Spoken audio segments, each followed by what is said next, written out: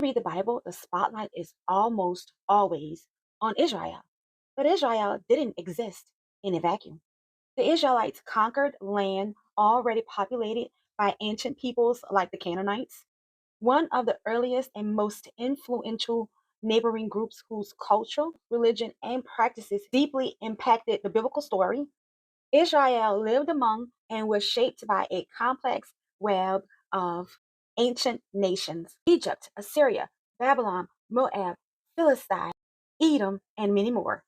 Today, we're exploring the nations that share the stage with Israel, and knowing their history changes everything, especially how we read the Bible. Hi, welcome back. The neighboring nations were not just background characters. In many ways, the Israelites defined themselves in contrast to these surrounding nations, especially the Canaanites, whose religious practice and cultural norms often served as a foil for Israel's evolving identity. The Canaanites had their own gods, cultures, economies, and political agendas. Understanding them give us context for major biblical events. Why was Babylon so feared? Why was the Philistines always fighting Israel? Many of these nations influenced Israel's laws, religion, and worldview. In fact, some parts of biblical law resemble older Mesopotamian codes, like the Code of Hammurabi. Egypt was the dominant power for much of Israel's early history. It provided food in times of famines, and it is traditionally said to have held Israel in bondage, even though there is no archaeological or historical evidence for that. Egypt later served as a refuge and a political player during the early divided kingdom period. Egypt's art and language appears in the Bible, even the idea of a divine king. This can be seen in David and Solomon, and it reflects Egypt's influence. Assyria and Babylon were powerful empires to the northeast. Assyria conquered the northern kingdom of Israel in 722 BCE and deported its people. Babylon conquered Judah in 586 BCE, destroyed the temple, and exiled its elite. These events shaped major biblical themes: exile, judgment, and restoration.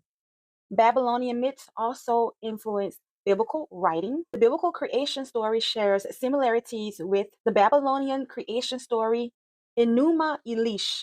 These were Israel's closest neighbors, often allies, rivals, or enemies.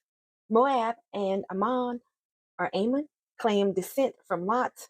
They appear in both war and marriage stories, like Ruth the Moabitess. Edom claimed descent from Esau, Jacob's twin, and there was long-standing tension between those two.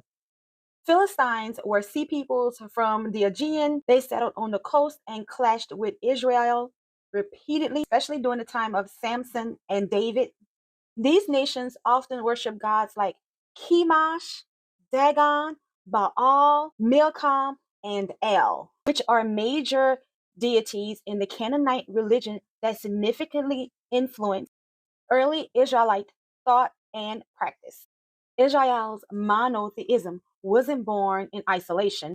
It developed in a region rich with diverse religious ideas, especially from Canaanite religion, which provided a foundational backdrop of gods, rituals, and mythologies that early Israelites would both adopt and reject in shaping their own identity. It evolved in dialogue and sometimes conflict with these surrounding cultures. Biblical prophets often rebuked Israel for adopting foreign gods or political alliances, but at times Israel borrowed literary forms, wisdom traditions, and even theology from these neighbors. Recognizing this doesn't weaken the Bible, it deepens our appreciation for how faith was formed in the real world.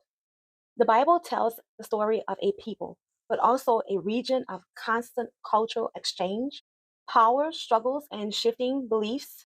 When we learn about Egypt, Babylon, and the smaller nations around Israel, we see the Bible in full color, not isolated in theology, but as a conversation with its world. So follow me for more information of unlearning and relearning, and check out the Discord.